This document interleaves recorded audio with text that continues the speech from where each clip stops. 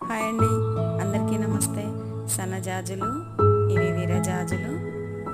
సన్నజాజి విరజాజి చాలా దగ్గరగా ఉంటాయి. సన్నజాజి మొగ్గ కొద్దిగా పొడవుగా ఉంటుంది, విరజాజి మొగ్గ కొద్దిగా పొడుగు తక్కువగా ఉంటుంది. కాడ పువ్వులు సేమ్ ఉంటాయి, ఆకులు మాత్రం వేరువేరుగా కనిపిస్తాయి. పూయడం రెండు చాలా ఎక్కువగా పూసేస్తాయి చెట్టు నిండా.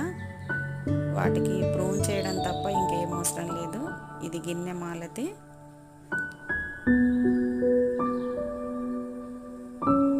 ఇది మధుమాలతి లేదా జాజి పువ్వులు. ఈవినింగ్ పూసే పూలండి ఇవన్నీ. చాలా మంచి సువాసన ఇస్తాయి. మధుమాలతి తర్వాత మాలతి లత. ఇది కొంచెం అరుదుగా కనిపిస్తుంది కానీ మంచి స్మెల్ వస్తుంది. ఇది కూడా ఈవినింగ్, సమ్మర్ సీజన్